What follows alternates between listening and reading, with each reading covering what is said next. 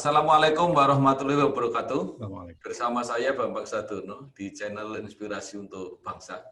Mudah-mudahan kita bisa memanfaatkan channel ini secara jernih, berimbang, dan arif. Saya sudah bersama dengan Pak Banjar Khairuddin. Apa kabar, Pak? Baik-baik, Mas Bambang. Selamat pagi. Sehat-sehat. Iya, Pak Banjar ini adalah wartawan yang sudah sangat senior, ya, sudah lama, pernah menjadi pemimpin redaksi Bisnis Indonesia, koran bisnis pertama saya kira di Indonesia. Kemudian pernah menulis buku yang sangat terkenal adalah Memori Jenderal Yoga bersama Pak Wibowo kalau nggak salah. Juga menulis buku tentang Taipan William Suryajaya. Pak Banjar ini sangat aktif di Persatuan Wartawan Indonesia. Bahkan sampai sekarang kalau nggak salah masih menjadi penasihat ya PBI Pusat. Dan istimewa Pak Banjar ini orang yang sangat tekun dan konsisten ya, di media. Dari dulu sampai sekarang masih aktif di media. Nah, saya akan nanti minta cerita banyak tentang Pak Banjar. Sebenarnya Pak Banjar ini bagi orang Jawa Tengah nggak asing karena ternyata lahir di Banjarnegara, Pak ya. Betul, Pak. Nah, betul, Mas Bambang. Maka namanya pakai Banjar itu kira-kira dari Banjarnegara. Ada sejarahnya itu. Ada sejarahnya ya, Pak. Pak Banjar pernah dikenal lama menjadi wartawan Istana. Itu ceritanya gimana, Pak? Mulai dari mewakili media apa waktu itu sebelum di Bisnis Indonesia, Pak? Terima kasih, Mas Bambang. Selamat pagi para pemirsa. Terima kasih kesempatannya. Kalau untuk wartawan di Istana, saya masuk tahun 1979. Oh, ya. Waktu itu saya masih bekerja di Surat Kabar Merdeka yang dipimpin oleh BMDA. Ya. Koran yang mungkin logonya merah itu. Ya. Merdeka. Saya baru 2 tahun menjadi wartawan di Merdeka. Awalnya saya di wartawan hukum, kemudian karena kebutuhan penugasan saya dipindah ke wartawan politik bertugas di lingkungan Istana Negara, meliput acara-acara presiden waktu itu. Iya. Itu Mas Bambang ceritanya. Iya, jadi ternyata Merdeka itu jadi penyemaian wartawan, Pak ya. Akhirnya kemana-mana itu kan wartawan Merdeka. Iya. Ya betul. Memang waktu itu Merdeka dikenal sebagai koran politik begitu ya, Mas Bambang ya. Kita tahu Pak BMDA kan seorang aktivis, seorang wartawan sangat senior dan seorang yang punya sikap politik yang jelas dan terang begitu. Jadi banyak wartawan muda yang mengawali dari Merdeka tapi kemudian menyebar ke tempat lain lah. Ya. Pak Harmoko salah satunya saya kira. Betul, banyak sekali. Lalu gimana ceritanya Pak Banjar yang mulai tadi dari wartawan hukum kemudian wartawan politik tiba-tiba menjadi wartawan ekonomi, Pak? Wah, ini masa lalu ya, Pak. Memang begini, Mas Bambang. Saya tahun 81 itu diajak oleh anaknya BMDA, namanya Nurmandia.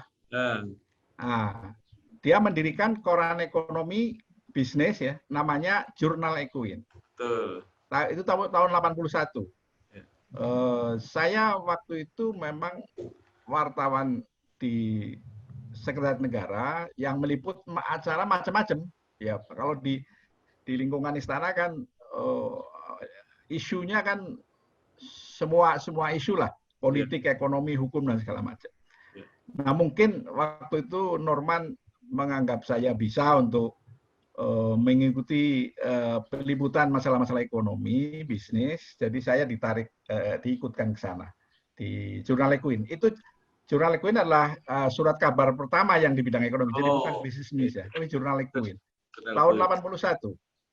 Sayangnya nasibnya tidak cukup bagus karena hanya hidup 2 tahun, kemudian dibredel oleh Pangkop Kamtib waktu itu, Pak Domo. hanya hidup 2 tahun, Mas Bambang. Ya. Dibredel karena berita waktu itu berita soal minyak lah, soal minyak. Zaman itu kan tidak sebebas seperti sekarang, Mas Bambang. Ya, agak sensitif dikit aja sudah diperingatkan. iya. Nah itu langsung dibredel tuh, Mas Bambang. Iya. Hanya 2 tahun. Pengalaman, Pak. Ini sebelum kita lebih lanjut, saya mau tanya ini, Pak Banjar. Pak Banjar lama di wartawan Istana. Dulu kan kesannya kalau sudah masuk wartawan Istana itu sudah menjadi wartawan elit gitu. Untuk masuk ke situ aja katanya susah. Gimana Pak Banjar? Ya betul. Waktu itu screeningnya itu yang ketat sekali. Ya. Jadi saya masih muda ya waktu itu, masih wartawan baru 2 tahun lah saya jadi wartawan. Saya masuk Istana di screening, terutama mengenai bersih lingkungan tuh, Mas Bambang. Dulu ada istilah bersih lingkungan, jadi dilacak itu. Saya harus ngisi formulir mengenai siapa bapaknya, keluarganya, ada yang PKI atau tidak. Itu ketat sekali. Dan untuk mendapatkan ID card untuk Istana itu memang prosesnya agak panjang lah gitu. Tidak langsung dapat gitu, langsung bisa nggak bisa. Dan dibatasi satu media itu kalau ngiru hanya 3, paling banyak 3 wartawan dan fotografer gitu. Tidak bisa banyak-banyak. Tidak bisa seperti sekarang ya, terlalu banyak. Dibatasi sehingga mungkin itu yang menimbulkan kesan bahwa seolah-olah wartawan Istana itu elit. Karena screennya ketat, kemudian seleksinya juga ketat, sehingga dianggap elit lah gitu. Padahal sebetulnya dalam pekerjaan sehari-hari yang enggak lah, biasa saja gitu. Karena kita hanya menampung para menteri ngomong, para pejabat, tamu-tamu Presiden Soeharto ngomong segala macam, hanya itu aja. Artinya tingkatan sumbernya, narasumber yang ada waktu itu, yang hadir atau yang bertamu kepada Presiden itu memang kan pejabat-pejabat tinggi atau duta-duta besar atau pejabat-pejabat negara yang lain. Pak Banjar, katanya itu untuk mendapatkan ID card itu harus absen berapa bulan dulu, belum boleh masuk gitu, benar ya itu ya? Itu sih tidak ya. Artinya gini, sebelum dapat ID card yang itu memang kita kan aplikasi dulu, ada proses, mungkin beberapa minggu lah, beberapa minggu. Yang lama itu kalau screeningnya misalnya tidak clear gitu, itu bisa lama. Tapi kalau yang clear, saya alhamdulillah cepat Mas. 2 minggu saya menunggu ID card. Kan itu harus berurusan dengan Pas Pampres juga. Jadi termasuk orang baik-baik gitu ya, cepat. Iya, baik-baik. Alhamdulillah lolos gitu. Pak Banjar, ini Pak Banjar kan lama ya di koran bisnis ya, artinya memahami ekonomi, baik ekonomi makro maupun ekonomi mikro lah. Nah, yang akan saya tanyakan, ini kan saya termasuk ingin, karena masyarakat ini kan juga penting. Apa artinya kalau pertumbuhan ekonomi kita itu sampai minus 5% seperti yang terjadi sekarang ini? Itu bagaimana mengartikannya secara populer gitu Pak Banjar? Iya Pak. Iya memang saya kira begini. Kalau pertumbuhan rendah, pertumbuhan rendah itu kan sebetulnya indikasi dari ekonomi yang tidak tumbuh kan begitu kan ya? Kalau apalagi sampai terkontraksi, sampai minus, artinya ekonomi kan tidak tumbuh. Kalau ekonomi tidak tumbuh kan kemudian lapangan kerja tidak tercipta, kemudian kesempatan pemerintah untuk meningkatkan perekonomian juga terbatas, dan aktivitas di masyarakat juga tidak berjalan dengan baik seperti yang terjadi pada saat sekarang ini. Pada kuartal 2 kemarin terjadi kontraksi sampai 5% kan ya, 5,32%. Kuartal ketiga ini diperkirakan juga masih kontraksi karena memang daya beli masyarakat itu kelihatannya tertekan ya, turun ya. Anda tahu bahwa pertumbuhan ekonomi itu dibentuk oleh 4 komponen. Yang pertama, yang paling dominan itu adalah daya beli masyarakat. atau belanja masyarakat atau konsumsi masyarakat.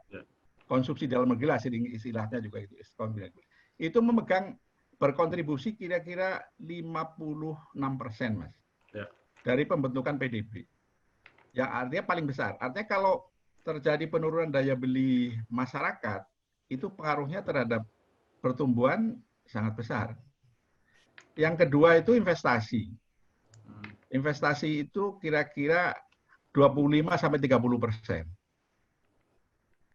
25-30%. Kontribusinya terhadap pembentukan PDB ya. Yang ketiga itu belanja pemerintah. Kalau dulu istilahnya belanja pembangunan. Yang keempat itu sisa hasil ekspor lah, ekspor impor. Jadi kalau ekonomi tidak tumbuh, maka itu indikasi dari penurunan di komponen-komponen itu. Jadi merupakan indikasi bahwa ekonomi tidak berkembang, tidak bisa berjalan dengan baik. Kesempatan masyarakat untuk meningkatkan perekonomiannya juga terbatas, sangat terbatas. Pak, pernah nggak kita punya pengalaman yang seperti ini sepanjang yang sejak kita merdeka lah, mungkin Pak Banjar belum jadi wartawan tapi mungkin pernah belajar atau pernah mendapat informasi ya sejak kemudian krisis antara Orde Lama Orde Baru itu katanya juga ekonomi paling parah, tapi pernah nggak yang lebih parah dari yang kita alami sekarang? 97-98 itu lebih parah, Mas. Oh. Kalau Anda ikuti dari data-data yang ada, itu 98 minus kita itu 13% loh, Mas. Oh iya. Ya. Jadi ekonomi kita itu jatuhnya itu sangat-sangat dalam waktu itu. Sekarang sangat cukup dalam, tapi tidak sedalam 98. Ya. 98 faktornya banyak sekali penyebabnya ya, karena kurs rupiah kita hancur, kemudian dunia usaha juga sangat terpukul, terutama sektor formal ya, perusahaan-perusahaan besar banyak bangkrut dan segala macam. Sekarang kelihatannya ada stagnasi tapi tidak sedalam pada 98. Yeah. Nah, jadi 98 lebih dalam dari sekarang. Yeah. Dari beberapa indikator yang ada ya. Jadi pengalaman kalau 98 itu bisa pulih dalam berapa tahun, Pak? Kan 98 itu kan sebetulnya multifaktor ya. Yeah. Ada faktor politik juga ya. Ya. Ada faktor politik. Jadi ketidakpercayaan atau soal trust itu kan menjadi faktor yang dominan juga. Ya. Artinya ketidakpercayaan pada Pak Harto lah terutama waktu itu ya. Itu kan tinggi sehingga menimbulkan masyarakat goncang ketika ada pukulan dari luar memukul kurs rupiah kita, semua panik kan gitu kan. Yeah. Kemudian pemerintah juga kelihatan panik karena menutup bank, kemudian membekukan operasi bank dan segala macam, sehingga dampaknya menjadi sangat luas. Nah, ketika Pak Harto kemudian menyatakan mundur, diganti oleh Pak Habibie, itu ternyata ada satu kepercayaan yang di sisi politik ya, satu kepercayaan yang mulai pulih terhadap pemerintah. Dan Pak Habibie dalam 1 tahun itu bisa mengembalikan kurs rupiah yang pernah 17.000 ke bawah 10.000. Kalau itu sampai 9.000. Kemudian pertumbuhan ekonomi dari minus pada tahun 98 itu minusnya 13,sekian%. Itu menjadi, kalau saya tidak keliru data, kebetulan saya bisa, tapi menjadi sekitar 1-2%. 1-2%. Jadi ada pemulihan lah yang cepat waktu itu. Nah, saya kira beberapa faktornya waktu itu, satu di aspek politik, ada usaha untuk memulihkan kepercayaan, terutama dengan mengatasi problem-problem yang dialami oleh perusahaan besar. Jadi ada restrukturisasi bank. Kemudian Anda bayangkan waktu itu bank-bank pemerintah juga kolaps kan. Kemudian ada restrukturisasi bank, kemudian sampai pembentukan Bank Mandiri dan segala macam. Kemudian untuk BLBI, kasus BLBI itu yang besar kan kasus BLBI itu, yang ratusan triliun itu. Sampai sekarang nggak beres-beres. Ya, kemudian coba dibereskan. Dibereskan lah dengan ada perjanjian antara pemerintah dengan para pihak. Kemudian di tingkat mikronya, dunia usaha di backup dengan macam-macam kebijakan yang dilakukan waktu itu, sehingga dalam Pak Habibie kan hanya 1 tahun ya kalau dulu ya, 1 tahun pemerintahan itu, ya 1 tahun itu, dalam 1 tahun pemerintahan itu bisa belum pulih tapi bisa distabilkan, ekonomi relatif bisa stabil, Jadi kalau begitu Pak Habibie termasuk lumayan prestasinya Pak ya? Kalau dari sisi itu menurut saya ya. Jadi kan Pak Habibie kan jatuh karena aspek lain lah, kalau lebih karena faktor lain lah gitu. Tapi dari segi beliau menata persoalan yang sudah parah itu dengan cukup baik lah. Waktu itu ada sebelum Pak Habibie jadi presiden, masih zaman Pak Harto, sempat ada suara di lingkungan, ada yang mengatakan waktu itu suara dari Singapura dan segala macam mengatakan kalau Habibie presiden itu ekonomi makin jeblok dan rupiah bisa makin hancur. Tapi ternyata tidak begitu. Yang terjadi justru bisa dilakukan perbaikan di sisi ekonomi. Dulu memang tadi Pak Habibie berhasil ya. Tetapi yang jadi masalah kan waktu itu yang mengalami krisis itu relatif hanya Indonesia ya. Jadi lingkungan sekitarnya itu masih memungkinkan lah, tinggal pandai-pandai kita untuk mengajak itu. Yang jadi masalah adalah sekarang ini juga dunia di sekitar kita juga kesulitan. Nah, kira-kira ini kan pemerintah pengen optimis, tahun depan pengen tumbuh lagi sekitar 5% kalau tidak salah. Itu gimana caranya? Mas, dulu bukan hanya Indonesia loh. Krisis kita itu dimulai dari jatuhnya Baht Thailand kan itu. Thailand krisis, kemudian Korea krisis, ya, kemudian Malaysia juga krisis. Hanya kebijakan yang diambil itu memang waktu itu membuat kita lebih terpuruk zaman Pak Harto, sementara di Korea segala macam bisa cepat bangkit.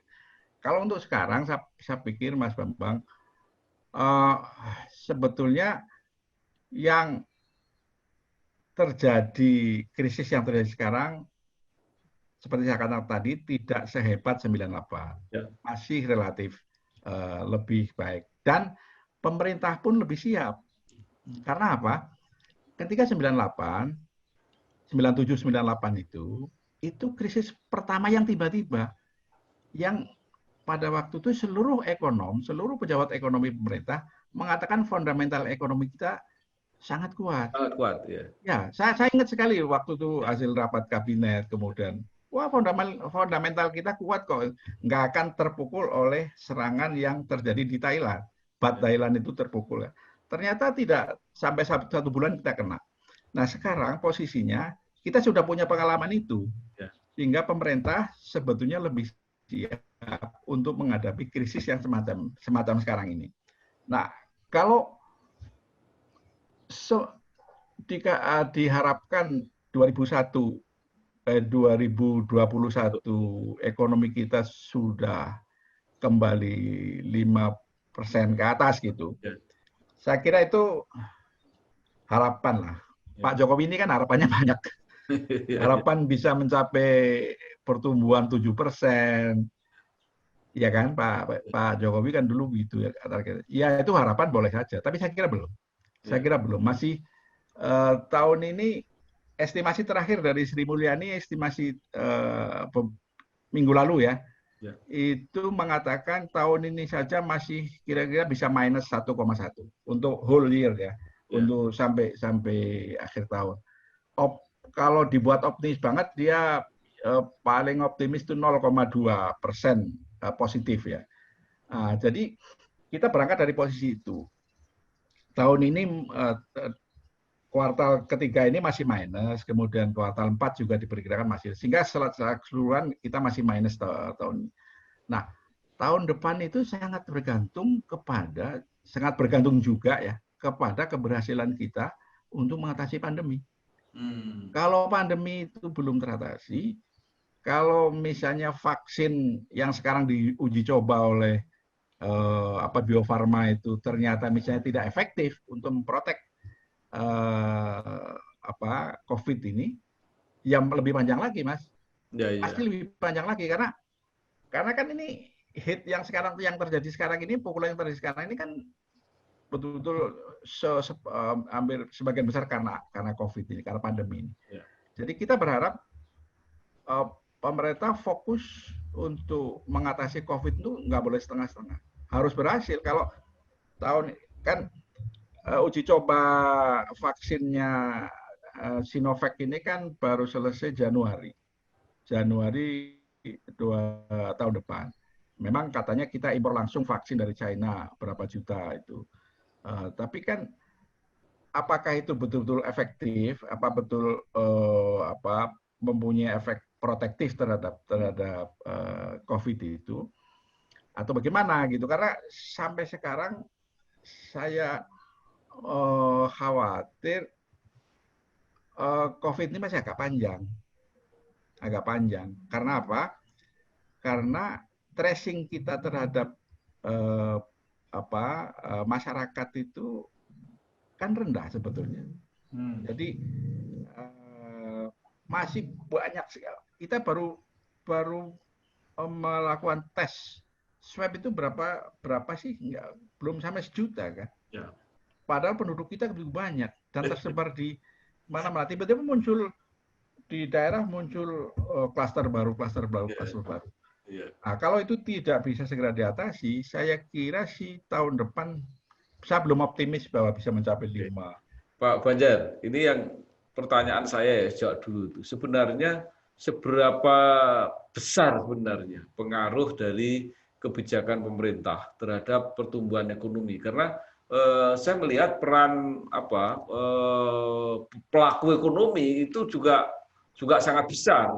Artinya pemerintah bisa ngatur-ngatur ini terus kemudian ekonominya tumbuh gitu tanpa, maka kita kan harus lihat juga perspektif para pelaku ekonomi ini seperti apa. Kalau menurut Pak Banjar gimana itu? Itu pertanyaan yang bagus sekali menurut saya, Mas. Ya. Karena memang seperti saya katakan tadi, pertumbuhan ekonomi itu kan sebagian besar untuk Indonesia, kasus Indonesia, setiap negara kasusnya beda-beda, Mas ya. Kalau Singapura atau negara lain yang lebih saya Singapura lah yang lebih mengandalkan perdagangan internasional, tidak seperti Indonesia. Tapi Indonesia 56% masih ditentukan oleh daya beli masyarakat, oleh konsumsi dalam negeri. Nah, ini yang paling menentukan. Tapi memang sebetulnya investasi sangat besar. Investasi itu hampir 30%. Nah, sebetulnya yang harus didorong itu menurut saya justru investasi ini. Investasi mengembangkan kesempatan bagi masyarakat, dunia usaha, bukan hanya yang besar, Mas. Bukan hanya yang besar, tapi yang kecil-kecil. Yang kecil-kecil. Karena begini, faktanya begini. Data dari Apindo, Asosiasi Perusahaan Indonesia yang dipimpin oleh Pak Haryadi Sukamdhani itu, dari tahun ke tahun terjadi kecenderungan penurunan daya serap dari investasi. Saya ada datanya, saya kutip. Pada tahun 2013 itu investasi tercatat 398 triliun, mampu menyerap 1,43 juta tenaga kerja. Artinya setiap triliun itu bisa menimbulkan penyerapan tenaga kerja sebanyak 3.090 orang. Pada tahun 2015, investasinya naik, Mas, menjadi 545 triliun. Tapi tenaga kerja yang diserap itu hanya 1.435. Jadi setiap 1 triliun investasi hanya menyerap 2.632. Turun itu. Kemudian tahun 2018 investasi mencapai 721. Kemudian yang terserap hanya 960.052 tenaga kerja. Artinya setiap 1 triliun hanya menyerap 1.331. Artinya ada penurunan itu. Nah, dengan demikian mengandalkan sektor besar atau korporat yang besar, investasi besar, itu menurut saya bagus, harus, tapi juga tidak cukup. Karena penduduk kita besar sekali, Mas. Menurut saya, pemerintah memang berperan memfasilitasi bagaimana agar pertumbuhan wirausahawan menengah kecil di Indonesia itu harus benar-benar difasilitasi. Semakin banyak wirausahawan menengah kecil yang bangkit atau yang berkembang, itu akan semakin banyak tenaga kerja yang diserap yang berpengaruh terhadap daya beli masyarakat, terhadap pendapatan masyarakat, calon masyarakat. Sekarang ini kan lucu, Mas. Ini contoh saja, Mas. Selama 5 tahun Pak Jokowi itu digencarkan infrastruktur kan? Ya. Di mana-mana dibangun infrastruktur. Di samping daerah, semua daerah lah. Di seluruh Jawa infrastruktur. Ya bukan hanya jalan tol, tapi juga pelabuhan, tapi juga macam-macam. Juga di Sumatera, juga di mana. Tapi ironinya, ini data loh, ya. bukan saya bukan ngarang. Gapensi mengatakan, Gabungan Pengusaha Nasional ya, Gapensi ya, dalam tempo dari sejak tahun 2013 itu ada 80.000 kontraktor menengah kecil, kontraktor nasional. Sekarang ini hanya tinggal 35.000, Mas. Artinya apa? Ini anomali, ini ironi. Investasi meningkat, proyek pemerintah infrastruktur juga meningkat. Kenapa kontraktor lokal hancur? Ribuan, puluhan ribu, Mas. Kan harusnya tidak begitu. Karena apa? Dalam strategi yang dibangun untuk membangun infrastruktur ini, itu semua kan ditangani BUMN. Ya. Swasta tidak dikasih kesempatan. Banyak pengusaha-pengusaha swasta yang mengeluh. Wah, itu di BUMN aja. Padahal kan harusnya nggak gitu. Nah, ini ngomong zaman Pak Harto ya. Pak Harto itu ada keterkaitan. Kalau ada proyek pemerintah yang besar dapat, itu yang kecil-kecil juga terkait. Jadi suplai apanya. Sehingga ada trickle down effect lah gitu. Ada pengaruh menetes yang yang bisa menyejahterakan yang kecil-kecil ini. Sekarang enggak.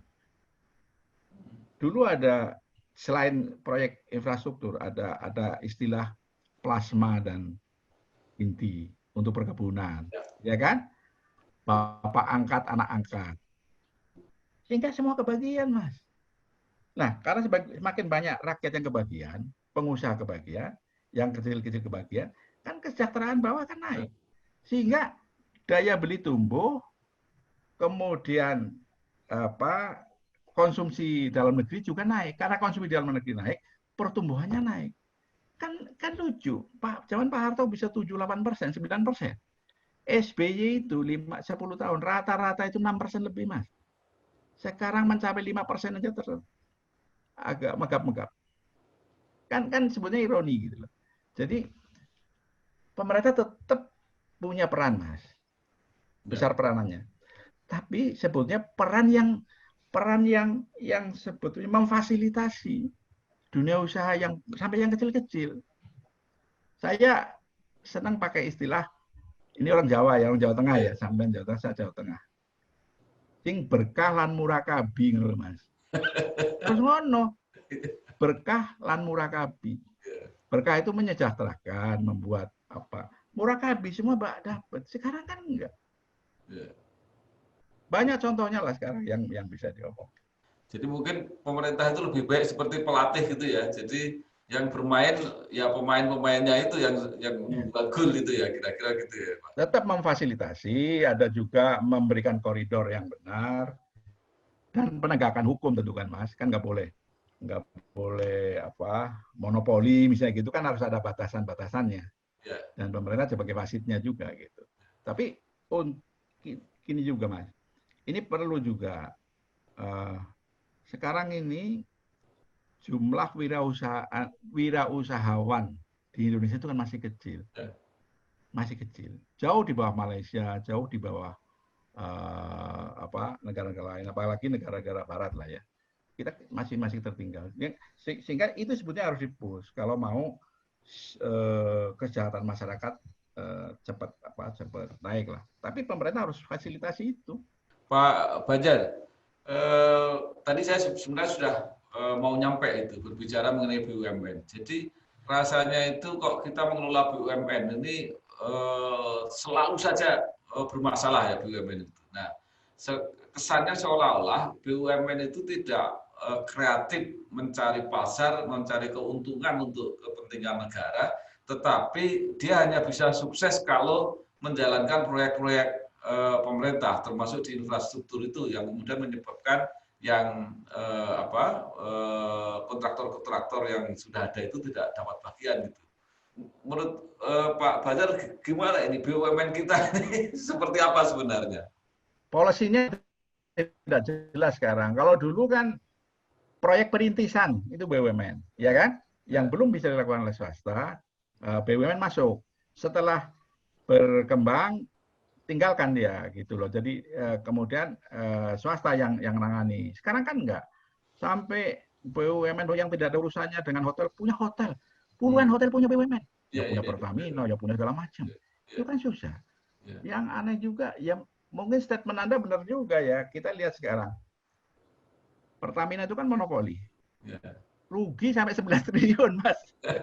Semester pertama. PLN kan monopoli. Rugi, Mas. Garuda. Jadi itu jawabannya Anda sudah bisa memperkirakan sendirilah, karena ya memang kalau sekarang yang panen itu yang karya-karya itu ya kan, karena dapat penugasan membangun jalan tol di mana-mana gitu. Kemudian duitnya juga ada penyertaan pemerintah, ada segala macam. Yang itu yang Pak Banjar, yang punya hotel-hotel juga itu juga. Itu hampir kemarin Menteri BUMN Erick Thohir itu mengatakan sampai dia sendiri kesel kok. Oh ada BUMN banyak sekali yang punya hotel gitu loh. Ini gimana? Padahal sudah ada BUMN perhotelan gitu. Jadi memang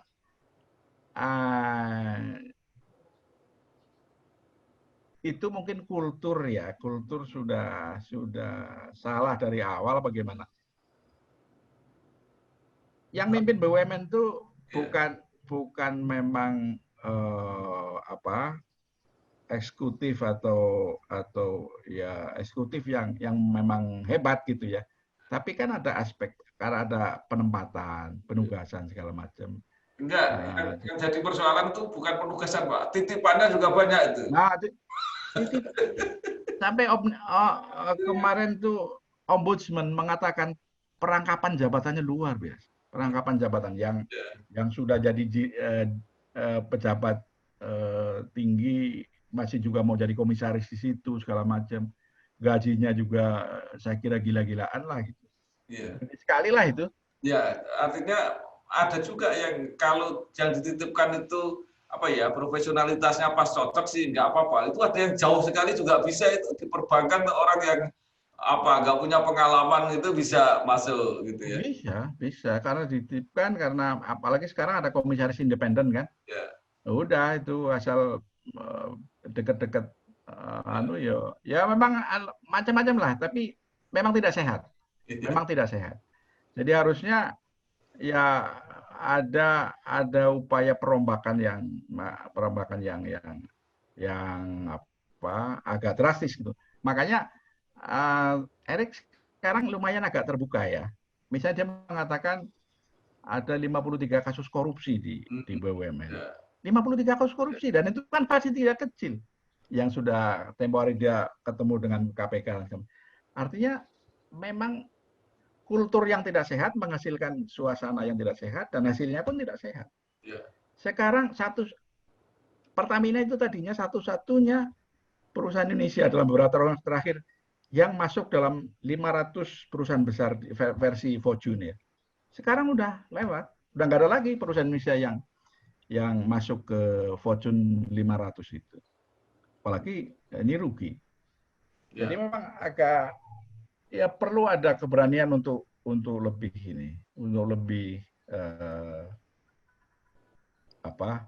membenahi BUMN itu agak lebih keras lah, lugas lah. Mas. Kalau tidak ya begini terus, hasilnya mereka gaji besar, prestasi juga ya gitu-gitu juga. Kemudian persoalan di dalamnya juga aduh banyak sekali. Ya. Ditambah lagi kalau terjadi mismanagement itu bisa korbannya masyarakat banyak seperti Jiwasraya itu, dan citranya jadi buruk sekali, banyak nasabah yang uangnya tertahan dan sebagainya. Jadi menurut saya merugikan citra pemerintah, tidak membantu tapi malah merugikan. Oh sangat mas. Tapi sebenarnya ini juga terjadi karena pembiaran yang lama kan mas. Kalau pengawasannya di OJK misalnya ketat dari awal, ya pasti mestinya agak tidak menjadi makin fatal. Dan itu kan bukan hanya Jiwasraya, banyak sekali kan, banyak sekali. Ya Pak Banjar, sebagai orang yang sangat berpengalaman panjang ya di bidang media, di bidang pers, sekarang masih menjadi redaktur senior di sinarharapan.co ya. Di Sangbao juga ya, media yang berbahasa Cina gitu. Jadi maksud saya tolong bisa nggak diberi semacam clue gitu, kesimpulan kalau apa yang diceritakan Pak Presiden itu tahun depan kita mau tumbuh sekitar 5%, walaupun tadi Pak Banjar sudah mengatakan ya kelihatannya agak susah gitu ya. Situasi seperti ini tadi disampaikan bahwa kuncinya harus penanganan COVID ini harus berhasil. Kira-kira saran apa lagi yang bisa diberikan oleh Pak Banjar, baik kepada pemerintah maupun kepada masyarakat? Kalau COVID sih memang harus ya. Kalau nggak bisa diatasi dengan baik ya, penderitaan kita kan masih panjang. Ya. Tapi kalau ekonomi, saran saya dorong pertumbuhan usaha menengah dan kecil. Dari sisi kreditnya, dari sisi perizinannya, dari sisi marketingnya dan segala. Dan satu hal yang saya kira bisa dilakukan oleh pemerintah, Mas, itu adalah keterkaitan itu, Mas. Kalau zaman Pak Harto itu disebut keterkaitan. Misalnya begini, pemerintah kan mengizinkan katakanlah investasi, bahkan kawasan industri kayak di Kendal itu kan ada kawasan industri. Coba diarahkan agar semua perusahaan besar yang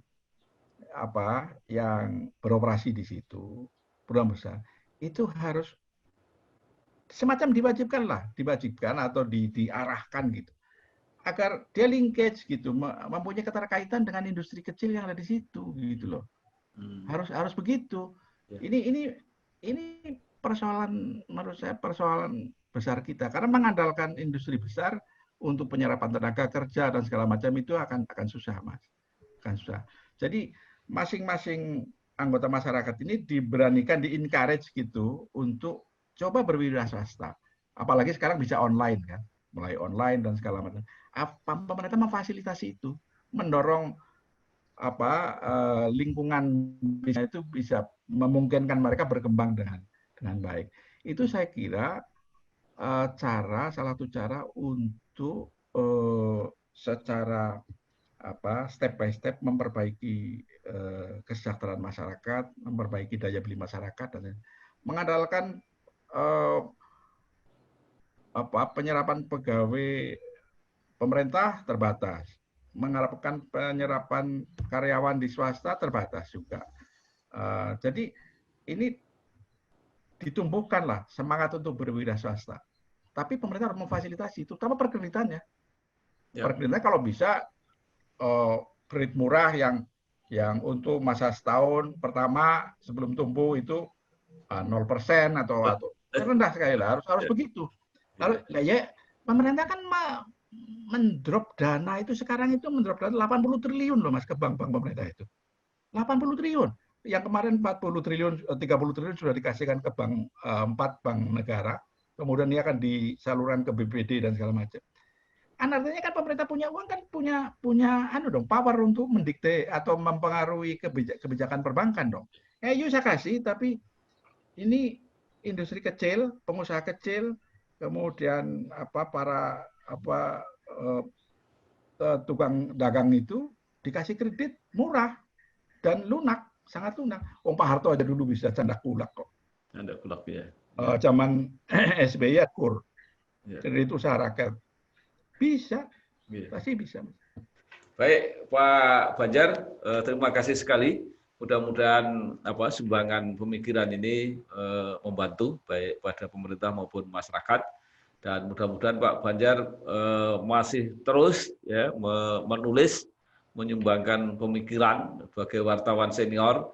Ini kan kita berpikir ini tidak punya kepentingan apa-apa kecuali kepentingan yang terbaik lah untuk bangsa ini. Ya mudah-mudahan terus sehat dan terus berkreasi, menulis. Terima kasih Pak Banjar. Terima kasih Mas Bambang kesempatannya. Mudah-mudahan ada manfaatnya. Ya, terima kasih. Wassalamualaikum warahmatullahi wabarakatuh. Waalaikumsalam warahmatullahi wabarakatuh.